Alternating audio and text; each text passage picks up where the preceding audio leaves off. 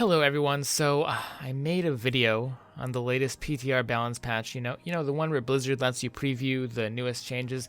Normally they don't use it for feedback, so whatever changes you see on the PTR are almost always the changes you're going to see when it pushes to live. Well, not this time. Apparently, Blizzard was so shaken by the backlash from the Bastion incident that this time they didn't even wait for PTR feedback. They just took the initial impression from the player base and they just sort of ran with that. So one day later, that's right, just one day later, they reverted some of the changes. So then, well, I of course made a video about that. But then, right as I was about to finish that video, Mei used her ulti on my city and knocked down like half the trees and power lines in my area. So the power where I live is like super gone. Like my house hasn't had power for the past 48 hours and it isn't coming back for a few days. So yeah, right now I'm recording in an office with a Chinese lady across from me trying to do a paper, but I've burned through 2 videos already. And this is important, guys. The world needs to know. The paper writing lady across from me needs to know what Skyline thinks about PTR patch 1.9. Blizzard can't stop me. Falling trees, destroyed power grids, they can't stop me, and an essay certainly can't stop me, so let's get into it. Alright, Ana changes first. Actually, no, I'll put them last, so you have to watch the whole video. Just kidding, I wouldn't do that to you. They nerfed her rifle damage from 80 per shot to 60. And we're going to nerf her grenade impact effect too, but they quickly took that back, so now it's just the rifle damage. All of the gameplay footage in the background is played with the first version where she got double nerfed. I'm intentionally playing overly aggressive to show off the changes to her damage specifically. Now, here we get into an issue of balancing philosophy. I think the nerf to the grenade is about equivalent to the nerf to the gun. Both nerfs are roughly equal magnitudes in my opinion. So which one do you go with if they're both about equal, the nerf to the grenade or the gun? You have to think about the identity of the hero. Ana is a sniper, aim specialist. It's a hero you play when you just get too bored of having only 6 targets and you want 11. Clearly the most fun part about Ana, and the reason someone would want to play her, is for her gun. That's really her identity as a hero. I do not like touching core identifying mechanics of a hero. Instead, it's always best, in my opinion, to change the extra stuff, like the little bonuses that heroes have on other secondary abilities. Changing these are fine, because you keep what's fun about the hero, and you keep their core identity intact. For example, if I were to nerf Reinhardt if I wanted to, I wouldn't want to really nerf his shield or his hammer if I could help it. People play Reinhardt because he's the shield guy, and you can hit people with a giant hammer. So don't touch that. Instead, nerf those little extra things like Earthshatter's lingering hitbox or its ability to go through a payload, or maybe increase the penalty for having the shield completely broken, so that the shield is just as powerful but you're punished more for making mistakes. Back to Ana. The damage and healing on the grenade are not part of Ana's core identity. If anything, it's just frustrating for players against her, like flankers, to deal with because it has basically no counterplay. You can't dodge it, it's giant, and it requires no skill from the Ana player. They just point their head at the ground and they press E, done. I would have liked to see this be the thing changed on Ana instead of the gun. The current nerfs take away from the value of having good aim and promotes players who just hipfire heal allies all game and throw grenades at their feet. Ana will still be a good hero, and if you main her, then don't worry, she'll still be fine. You can play her all the way up through GM top 500, whatever you want.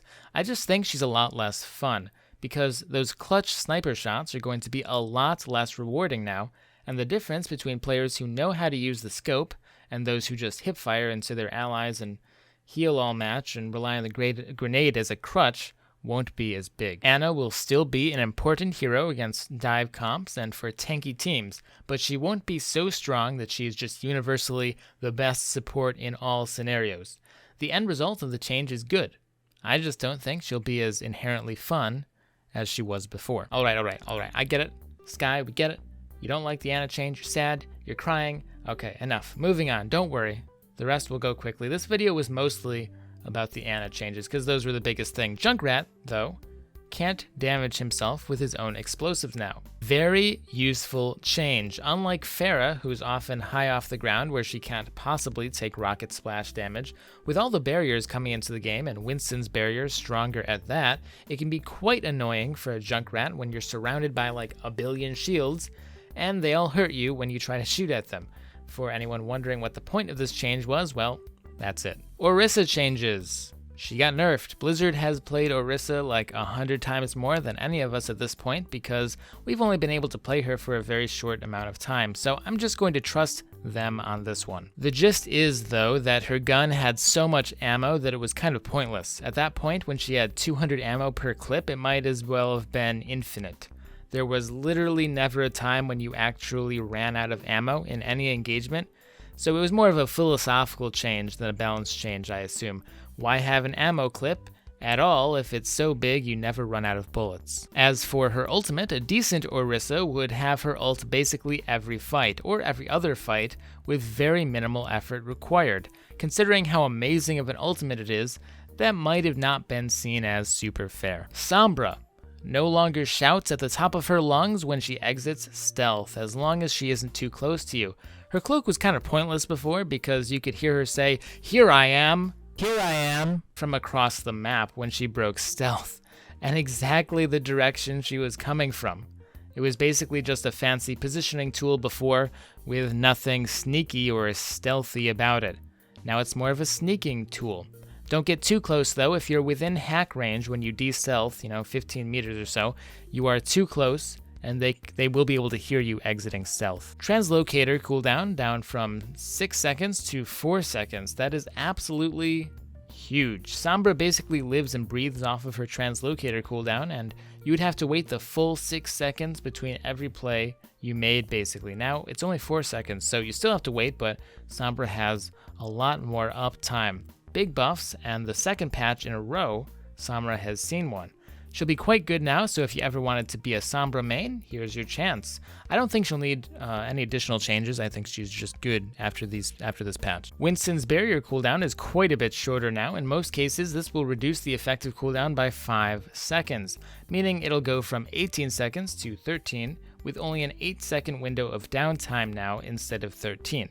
This will mean he can sometimes get a second bubble off in longer fights, but more importantly, he can use the bubble a tad more proactively from further distances, not just for a dive, using it as sort of a Reinhardt shield sometimes without such a massive penalty because it will be up again much sooner. This buff is fortunately not enough to make it straight up better than Orisa's shield. I was kind of scared that would be the case, but Orisa's shield still has 200 more health and it has no downtime, so the fact that it's smaller is pretty fair. Finally, Zenyatta got buffs. Zenyatta receiving buffs at the same time as Ana makes me a bit nervous, because it's this nerf buff at the same time thing that results in big meta shifts, but the buffs themselves are quite nice.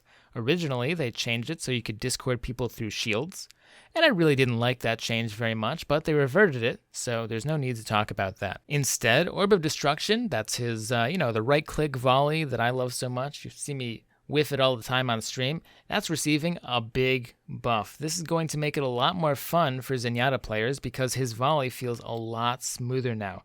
They reduced its recovery time by almost half, making it only very slightly slower than a regular left click. And they removed the bullet spread, which is pretty nice.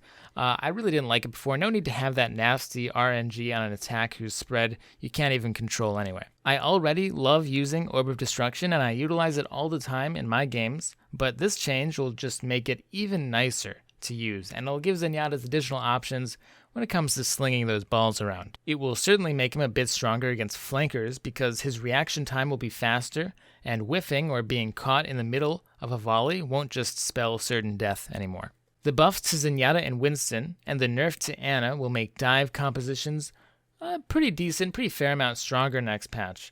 We'll get into that in another video though, where I go over dive comps more in depth.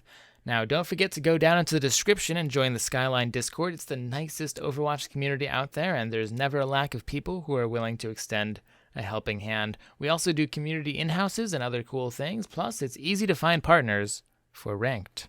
I personally really like this patch, except for that Ana change like I explained earlier. Even still, the change isn't imbalanced or anything, so it's not all bad. It just kind of takes away from the fun of the hero in my opinion. Let me know what you think of the patch. Are there any heroes that you kind of want to try in light of the new changes? Have at it in the comments. Never forget to stay positive and have a great day. Peace out, guys.